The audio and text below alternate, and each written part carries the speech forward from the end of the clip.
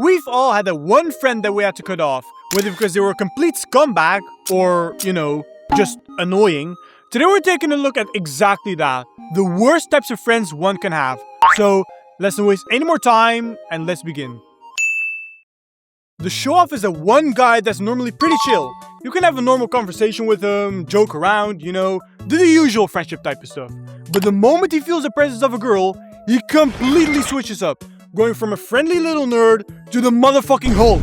This isn't a guy-exclusive thing from what I understand, but I don't know much about the female counterparts, so we're keeping the focus on the male version. As I said, the moment he spots a group of girls pass by, he turns into a fully fledged dictator, unleashing all of his wrath on the people around him. And unfortunately, his buddies are the chosen victims, trying to show off his dominance by degrading the others, but failing miserably. Here's the usual situation with them. And that is why my dressing darling is more grootable than Roshi Daddy. Anime, what is that? Oh right, that's what you like, right punk? He then proceeds to body slam you and throw a penny in your face. Obviously it's an attempt to impress the host, but it usually backfires. Either because the girl ignores the attention who are yelling throughout the area, or she gets a horrible first impression, which is understandable, because if she already sees how this guy treats the boys, she'll be worried what this brute will do to her behind closed doors. She isn't waiting to get Chris Brown, so all this guy got from his little skit, his little circus act, is getting the label simp on his forehead, being drafted to the front lines and fighting for his life in the group chat. Because, let's be real, we all got what happened. We aren't stupid. So, you gotta punish him for the absolute embarrassment he put us through. Remind this guy every hour of the day for the coming weeks or months. It depends on how much mercy we have. Oftentimes this guy is a massive virgin.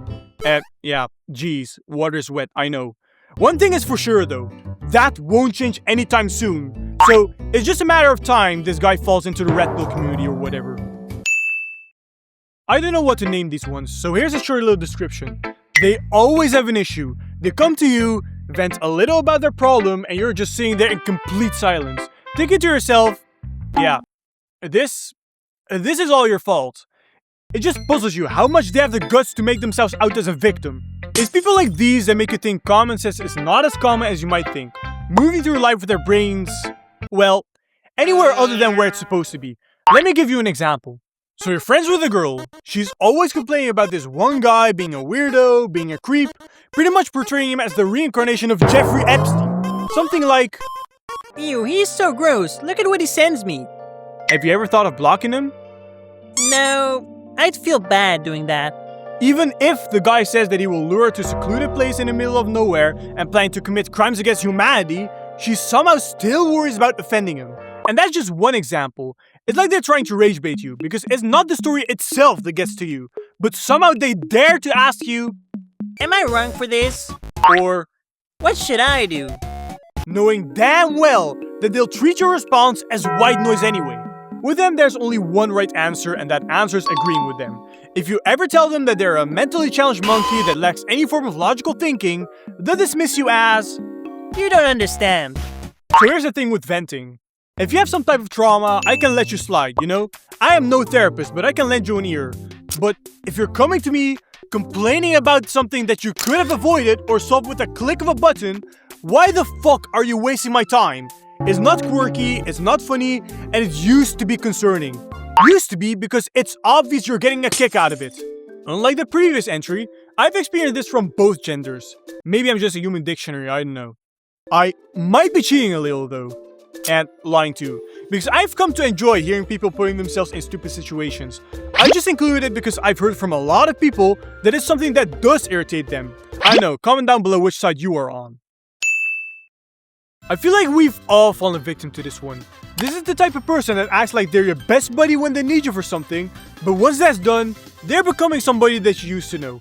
Hearing literal crickets from their end. You'd expect some type of appreciation after everything they've put you through, but no. When they're throwing this massive party or something, they're inviting everyone including the guy that fucked their girlfriend right in front of them. But you? Well, you already know the answer.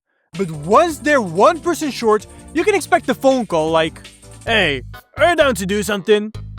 Sure, what's the plan? You see, a buddy of mine cancelled, so you can join us if you want. Alright?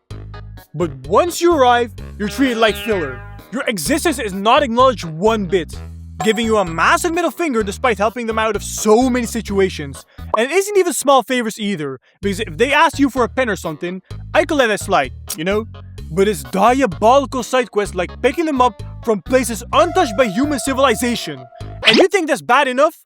No, because when it's your turn, when you need some help, you're treated like actual shit. It can be something small like needing $5, but even that is too much for them, leaving you undelivered for as long as possible. And when they aren't doing that, well, they have the usual excuses like, I'm sorry, bro. I don't have any money left. which, I mean, alright, stuff like that happens, you know? But the next thing you know, you open their story and see them going to a 5-star restaurant with their girlfriend. Like, what do you mean you don't have money? You're literally eating caviar like it's a bowl of rice. You can't even call this a friendship, because once you put your foot down and refuse all their future side quests, they're disappearing without saying a word, leaving you behind feeling like you've wasted time, money, and everything you've given them.